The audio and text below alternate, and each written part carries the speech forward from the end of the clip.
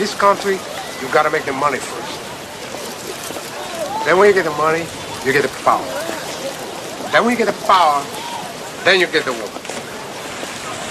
That's why you gotta make your own moves. God versus money, money versus God. Choose this day who you gonna serve and hold your peace. Second 55.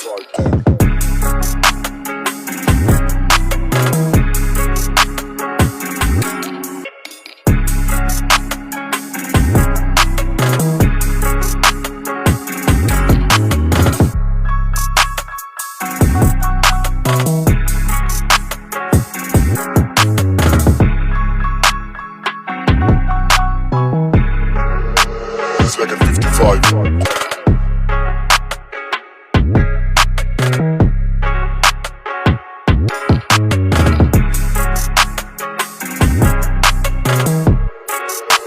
Second 55.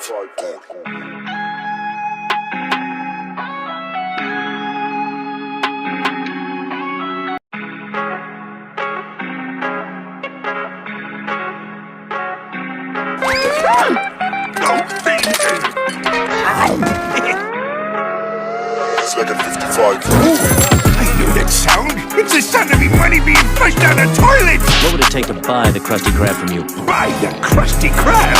It's not for sale. You know, I may not make as much as your fancy schmancy mega restaurant chain, but it's the blood, sweat, and tears of a hard day's work. It's not about the money. Holy sweet mother of pearl! I can never laugh at. Second 55.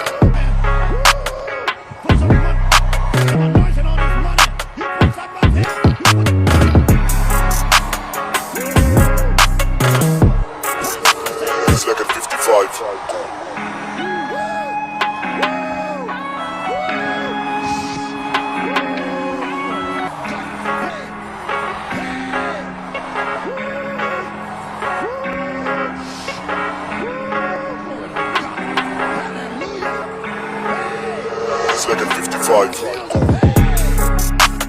When you platinum and you get 50,000 a show, I've been there. There's a door that you can walk in. I'm not sure if it's homo or if it's Illuminati. I just didn't take that door. I went straight.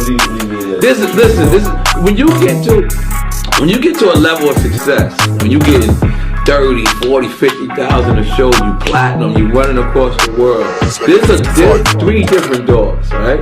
There's three different ways to walk. There's to the left, there's to the right, and then there's straight.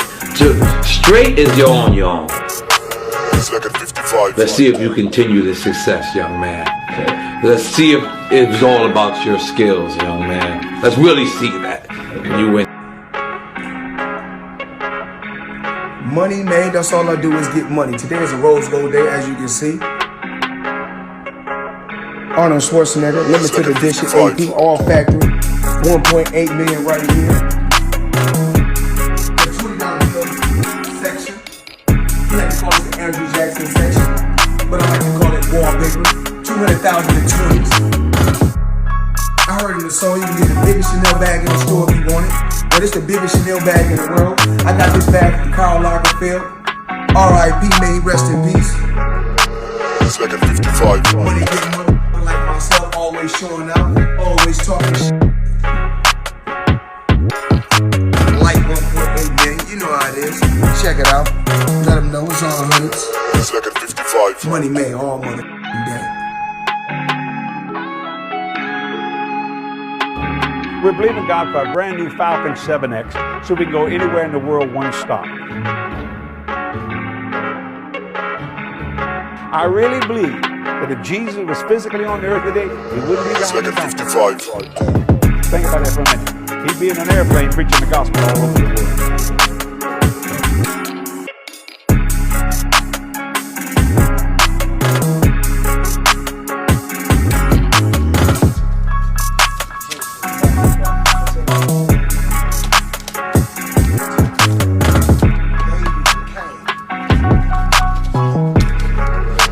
Second 55.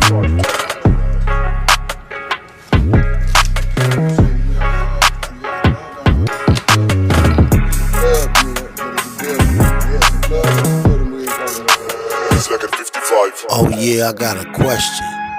How much black people spend? Black people spend, on average, $2 billion a year on Air Jordan, $4 billion a year on liquor, $1 billion a year on fast food. You saw what just happened with Popeyes. $40 million in a matter of hours. Yes. And we weren't even paid for that.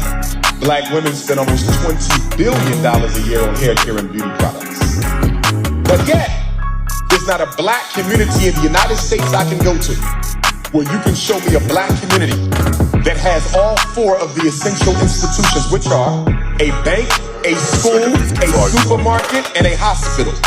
A bank to invest in the people, a supermarket to feed the people, a school to teach the people, and a hospital to save the people. How does a $2 trillion people, that's what we are, the richest group of Africans in the world, the 10th richest nation on the planet, there's only 9... Now tell me this, do you serve the money or do you serve the Most High? Because the evidence demands a verdict. When you're born, usually you're born to a dynasty or an empire. His father's real estate fortunes, worth at least $413 million today. My father didn't leave a great fortune. It was Brooklyn and Queens real estate, and it wasn't a great fortune. Our family crest was cotton, you know what I'm saying? It's like, man, it's like the only thing we can really leave behind is culture, is music. 3 of Trump's children, Eric, Ivanka, and Don Jr., their presence raising questions about conflict of interest. The president-elect saying he's going to leave his businesses to his sons. I feel as though I'm cheated because instead of me fulfilling my prophecy, I have to start one. Started a business, and it's now worth billions and billions and billions of dollars. Every day, every little thing you do, it's such a gimme, gimme, gimme. Everybody back off. You know, everybody's like, you taught that from school, everywhere. Big business, you want to be successful, you want to be like Trump, gimme, gimme, gimme, push, push, push, push, step, step, step, crush, crush, crush. There's too much money here. I mean, nobody should be hitting lotto for 36 million and we got people starving in the streets.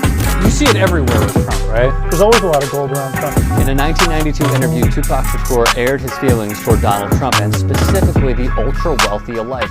4 years after the rapper's death and 21 years before the most corrupt president the United States has ever seen took office, Shakur saw the writing on the wall. Shakur struggles to comprehend how extremely wealthy people don't do more to help those less fortunate, like Donald Trump. During the financial crisis, during Sandy, not one dime, and I know this firsthand, this is fact, not conjecture, fact. Not one dime to one major food bank, one major pantry in Jersey. Carolina Panthers owner David Tepper even saying Trump masquerades as an angel of light, but he is the father of lies, Tepper said. This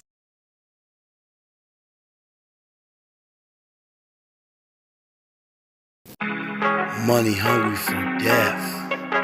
But Solomon said it best. There's nothing new under the sun. John Glubb analyzed the life cycle of empires. He found remarkable similarities between them all. An empire lasts about 250 years, or 10 generations, from the early pioneers to the final conspicuous consumers who become a burden on the state. 6 ages defined the lifespan of an empire.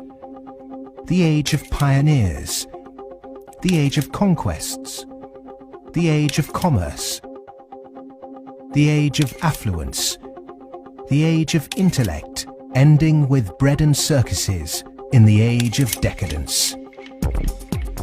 There are common features to every age of decadence. An undisciplined, overextended military,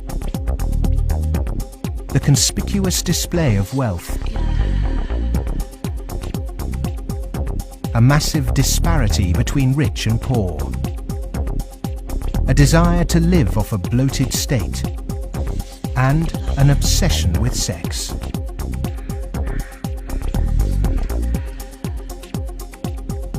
But perhaps the most notorious trait of all is the debasement of the currency. The United States and Great Britain both began on a gold or silver standard, long since abandoned. Rome was no different. So it started on a principle that was very sound, and it was on a silver standard. But as it corrupted further and further and further, the Roman denarius got to the point where it was basically a copper coin, and they learned how to plate, and it was washed in silver, and in circulation the plating came off. And at the end, all the senators that really did at one time represent the people only were interested in representing how much wealth they could steal at the top. Great empire wealth always dazzles, but beneath the surface, the unbridled desire for money, power, and material possessions means that duty and public service are replaced by leaders and citizens who scramble for the spoils.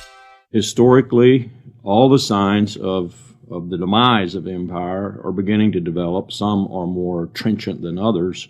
This current financial and economic crisis, that sort of thing always accompanies the demise of empire. The people of Rome were constantly being distracted by the gladiatorial events, and the politicians knew that they did this. Whenever there was unrest among the people, they had a huge event going on, and they created a new event with lots and lots of gladiators, and every day we're doing that. That is a common trait of declining empires.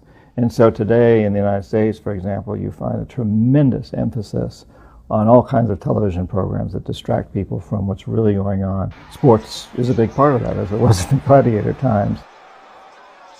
In essence, we've been lulled into a lethargy, and we've accepted it. Just as our sports stars today earn vast sums, so did Roman charioteers. In the 2nd century, one by the name of Gaius Apuleius Diocles amassed a fortune of 35 million sesterces in prize money, equivalent to several $1 billion today.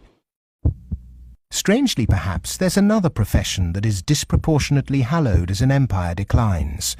The Romans, the Ottomans, and the Spanish all made celebrities of their chefs.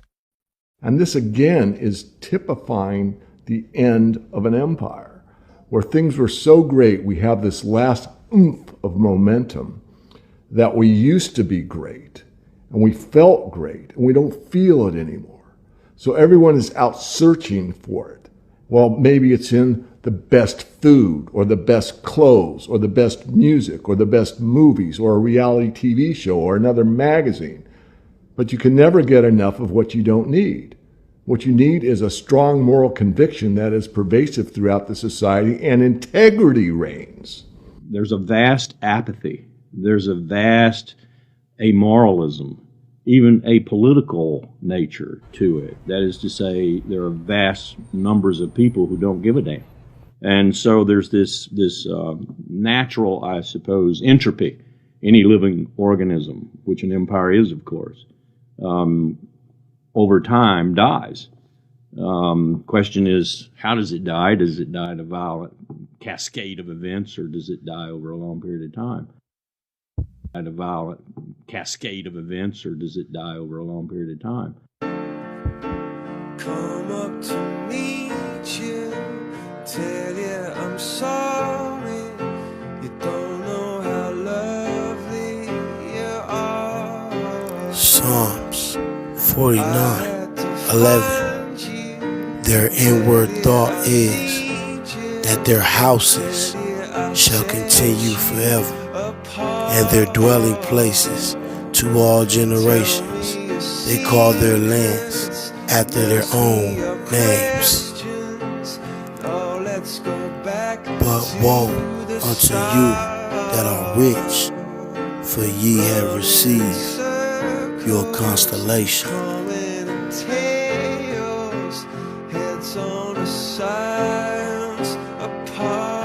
Mark 4:19. And the cares of this world and the deceitfulness of riches and the lust of other things entering in chokes the word, and it becomes unfruitful.